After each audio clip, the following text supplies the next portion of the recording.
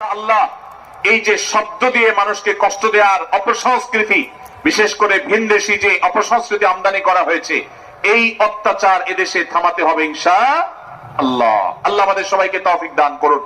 ভাইরা আমার, আমরা আমাদের আশেপাশে কোন তরুণরা যদি এরকম শব্দ করে গান বাজিয়ে অন্য মানুষকে অতিষ্ঠ করে, ঈদের সময় দেখা যায় বিশেষ করে সে সমস্ত যুবকদেরকে কাউন্সিলিং করতে হবে, তাদেরকে বোঝাতে হবে যে তোমার আনন্দ কখনো আরেকজনের বেদনার কারণ হতে পারে না। বহু হার্টের রোগী আছেন, বহু অসুস্থ মানুষ আছেন, বহু ছোট শিশু আছে যাদের কষ্টের কারণ হয়। বিধায় আমরা কখনো আমাদের শব্দ দিয়ে কাউকে কষ্ট হতে দিব না। আল্লাহ আমাদের সবাইকে তৌফিক দান করুন।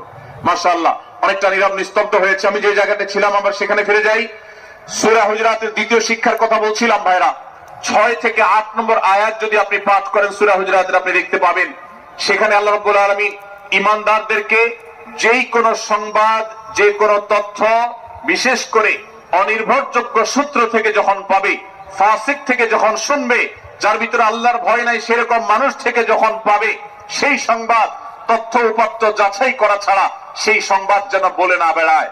আপনি শহরে যান কিংবা গ্রামে, শিক্ষিত দেখুন কিংবা অশিক্ষিত, সর্বশ্রেণীর মানুষের মধ্যে আজ এই ব্যাধি দেখতে পাবেন চরম আকার ধারণ করেছে। কারোর ব্যাপারে কোন নেগেটিভ কথা শুনেছেন, কোন মন্দ কথা শুনেছেন, সে কথার প্রচারণা শুরু করে দেন। সেটা কি সঠিক কিনা, সেটা কি সত্য কিনা, সেটা কি যথার্থ কিনা, সেটা কোনো প্রপাগান্ডা কিনা, সেটা কোনো মিথ্যাচার কিনা, সেটা কোনো গুজব কিনা, এটা যাচাই করার প্রয়োজন অনুভব